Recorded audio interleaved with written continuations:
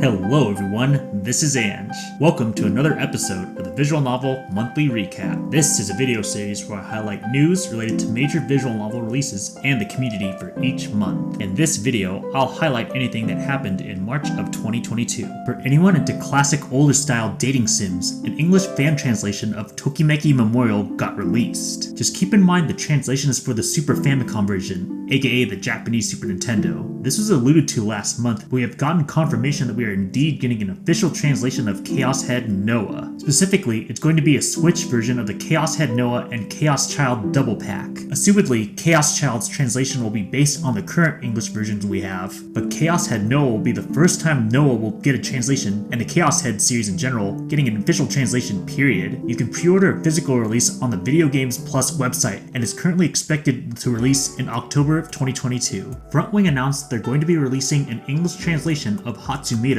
sometime in spring of 2022. This is by the same team that made the original Grisaya trilogy, though it appears to be an isekai starring a protagonist who's an officer and fighter pilot. So expect some love interests that have some fantasy race aspects to them. A partial 18+ patch for Sayana Type Daydream has come out. So far, only the H scenes for Chapter 1 are translated. Applying the patch will make the other H scenes show, but they'll be untranslated. For those who want to read remasters of older JAS releases, they're releasing a remaster of the Sagara family in mid-April. If you have the original, you will not have to pay for the remaster. An English fan partial patch of Akatsuki no Goe got released. It contains the Aya and Suki routes. Sekai Project has released the fantasy sequel of the 99 series, 99 New Episode. I haven't read the series, so I don't know the context of when this takes place, but assumedly it's after episode 4.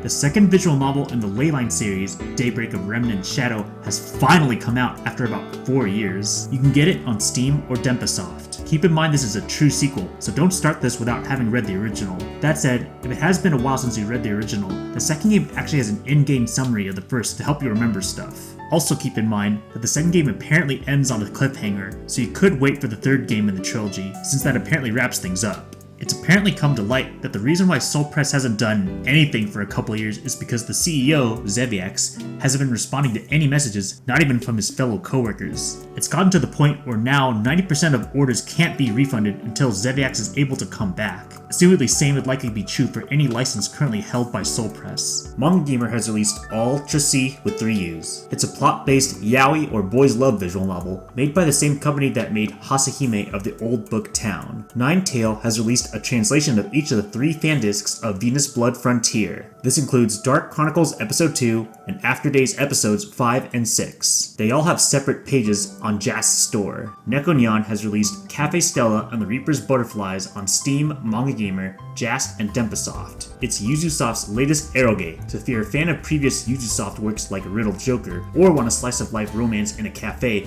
consider checking this one out. It's also worth noting that the protagonist and a few other characters are at least college age, which is a step up from Yuzusoft usually sticking to high school. Next teased its 30th anniversary project that appears to be a remake of a very old visual novel, One Kagakyu Kizetsu E. What's notable is that this is the last visual novel Jun Maeda wrote before he went into Key, making visual novels like Canon, Air, and Clannad, so you could consider things like One a beta version of those Key visual novels. If you're a fan of VNDB keeping track of staff roles of visual novels, unfortunately, it appears the admins are going to be removing some of the minor ones to free up space or something. This will include things like special thanks, social media, advertisement, sales, and engine creators. There's been some backlash from the community about how VNDB is supposed to be a database, but is getting rid of things they deem not worth keeping. If you're interested in visual novels on Switch, a demo is now out for Marco and the Galaxy Dragon on Switch. Manga Gamer has released The Seventh Layer on Steam and their store. This is apparently an April Fool's joke for the Fata Morgana series in Japan, with a lot of parody jokes to visual novels and the characters from Fata Morgana. To keep it topical, Manga Gamer released it a day before April Fool's in the West. It should be a pretty short visual novel too. And that is it for March of 2022.